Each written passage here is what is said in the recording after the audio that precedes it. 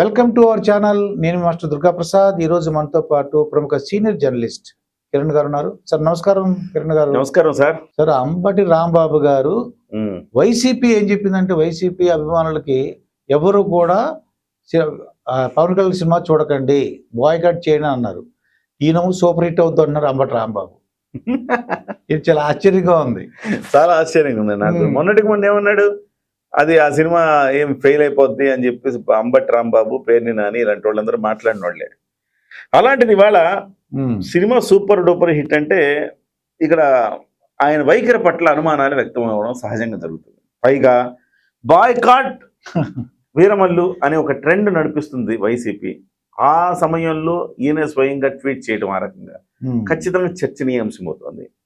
ఇక్కడ అనేకం వస్తున్నాయి, ఆయన పార్టీ మారతాడా ఏంటి అని. సో మరి ఆ పార్టీ మారే క్రమంలో కావాలని పార్టీని ధిక్కరిస్తున్నారా అనే కోణంలో కూడా చెప్తున్నారు. నేనేమనుకుంటానంటే, అంబటి రాంబాబు గారికి చిరంజీవి గారి ఫ్యామిలీతో చాలా సన్నిహిత సంబంధాలు ఉన్నాయి. ఎప్పుడో ఒక సందర్భంలో అలా మాట్లాడినప్పటికీ చిరంజీవి గారి సినిమా కానీ, పవన్ కళ్యాణ్ గారి సినిమా కానీ వాటిని ఒక ఫెయిల్యూర్ అని మాట్లాడారు కదా ఇంతకుముందు. ఇది అటర్ ఫ్లాప్ అయ్యే సినిమా అని మాట్లాడారు కదా, దాన్ని కవర్ చేసుకోవడానికి ఏమన్నా మాట్లాడారా అన్న కోణంలో కూడా మనం ఆలోచించాలి. ఏదేమైనా కానీ వైసీపీ అంతా ఒకవైపు ఉండి అంబటి రాంబాబు మరోవైపు ఉంటే అనుమానాలు ఖచ్చితంగా వస్తాయి.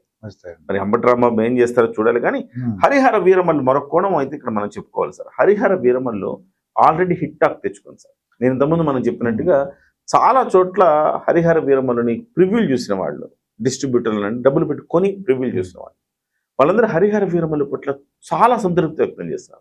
బహుశా అంబటి రాంబాబు అనుకొని ఉండొచ్చు కదా. ఇప్పుడు నేను ఇన్ఫర్మేషన్ వచ్చి ఉంటుంది, ఆయనకు ఖచ్చితంగా వచ్చి ఉంటుంది కదా. సో ఇప్పుడు నేను ఫెయిల్ అని చెప్తే హిట్ అయ్యే సినిమాకి నేను ఫెయిల్ అయిపోతాను అనుకున్నాడేమో. హిట్ అవుతుందని చెప్పి నేను అనుకోవడం. ఇవన్నీ రాజకీయాల పక్కన పెడితే 2 రీజన్స్ దీనికి పనికొచ్చాయి అనుకున్నాను. ఒకటి, వ్యక్తిగతంగా వాళ్ళ కుటుంబంతో ఉన్న స్నేహం. 2, ఈ సినిమా ఆల్రెడీ హిట్ టాక్ వచ్చింది కదా, ఇలాంటి సినిమాని మళ్ళీ మనం ఫట్ అంటే మనం అభాస్పాలు అవుతాం. కాబట్టి ఈ సినిమా సూపర్ డూపర్ హిట్ అవుతుందని మనం చెప్పాలి అనే ఉద్దేశంతో పర్టికులర్గా ఆయన ఇవాళ ట్వీట్ పెట్టమని ఎవరు అడగరు. పర్టికులర్గా ట్వీట్ పెట్టాడంటే ఖచ్చితంగా ఇది ఆలోచింప చేసే అంశం సార్. ఇప్పుడు నేను అనుకోవటం అండి, ఈ అంబటి రాంబాబు గారు బహుశా మీరు అన్నట్టు ఇన్ఫర్మేషన్ వచ్చి ఉంటుంది. తర్వాత కూడా ఈ ఫ్యూచర్లో లేకపోతే పవన్ కళ్యాణ్ ఫ్యాన్స్ అందరూ కూడా మళ్ళీ మీరు పట్టనందుకు ఇది హిట్ అయిందని చెప్పేసి అంటారని చెప్పేసి ఆయన ట్రోల్ చేస్తారేమో అని చెప్పేసి కూడా ముందు కాళ్ళ బంధం ఏదో అంటుంటారు. అలా అనిపిస్తుంది నాకైతే. అంతే సార్. అదే నేను ముందు చెప్పింది కదా, అది హిట్ అవుతుందని ఆల్రెడీ వచ్చింది. అనవసరంగా మనం ఫట్ అవ్వద్దు, మనం ఫెయిల్ అయిపోవద్దు, అది ఫెయిల్ అని చెప్పి మనం ఫెయిల్ అయిపోవద్దు అని రాంబాబు గారు చాలా స్పష్టంగా అనుకున్నట్టున్నారు. అందుకే ఇలాంటి పరిణామం. సో ఇంక అందరూ వరుసగా చెప్తారు సార్. పవన్ కళ్యాణ్ గారు ఆల్రెడీ చెప్పి చేసి చూపిస్తున్నారు. ఇవాళ అనేక మంది వైసీపీ నుంచి జనసేనలో వచ్చి చేరాలని కాంక్షిస్తున్నారు. ఇవాళ కూడా మీకు బయటకు మాట్లాడే అంబటి రాంబాబు లాంటి వాళ్ళు కూడా లోపల అంతర్గతంగా చర్చలు జరుపుతున్నారు జనసేన పార్టీతో. నేను మీ పార్టీలోకి వస్తాను, నాకు సత్తెనపల్లి సీట్ ఇస్తారా అని ఆయన వేరే వాళ్ళ ద్వారా కబురు పెట్టినట్టు కూడా తెలిసింది. అయితే పవన్ కళ్యాణ్ గారు దాన్ని ప్రస్తుతానికి పట్టించుకోలేదు అంటున్నారు. కానీ వాళ్ళు మనకు చెప్తుంది ఏంటంటే, రాంబాబు గారు జనసేన పార్టీలోకి రావాలి, మళ్ళీ సత్తెనపల్లి నుంచి జనసేన తరపున పోటీ చేయాలన్నది ఆయన ఆకాంక్షగా చెప్తున్నారు. మరి అటువంటిప్పుడు ఆయనకు ఆ స్కోప్ ఉందా? అలా వస్తే కూడా ఛాన్సెస్ ఉన్నాయండి. ఎట్లా అంటే, కన్నా లక్ష్మీనారాయణ గారు వయసు అయిపోయింది.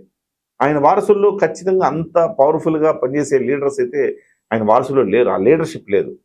కాబట్టి ఒకవేళ కనుక జనసేన పార్టీలోకి అంబటి రాంబాబుకి వెళ్ళగలిగి సత్తెనపల్లి సీట్ వస్తే ఈసారి జనసేన సీట్ అయిపోతుంది సత్తెనపల్లి అని మనం చెప్పుకోవచ్చు. ఏదేమైనా ఇలాంటివన్నీ కూడా రాజకీయాల్లో ఉన్నప్పుడు ఖచ్చితంగా చర్చనీయాంశాలు అవుతా ఉంటాయి. అంబటి రాంబాబు బహుశా మనం అనుకోవచ్చు ఏదైనా వివరణ ఇస్తాడా, ఎందుకు ఇలా పెట్టాడు, సో కంప్లీట్గా డిఫరెంట్ యాక్టివిటీ, డిఫరెంట్ స్టేట్మెంట్ ఎందుకు ఇస్తున్నారు అనేది కూడా మనం ఆలోచించాలి. నేనైతే పర్సనల్గా రాజకీయాలు సినిమాలుగా చూడాలి, సినిమాగా చూడాలి. అక్కడ Pawan Kalyan deputy CM, party, కూటమి అలా కాకుండా ప్రజలందరూ కూడా అర్థం చేసుకోవాలి. అది వైసీపీ అవ్వచ్చు, కూటమి అభిమానులు ఎవరైనా సరే, ప్రపంచవ్యాప్తంగా ఎవరైనా సినిమాగా చూడాలి. Thank you sir. నమస్కారం.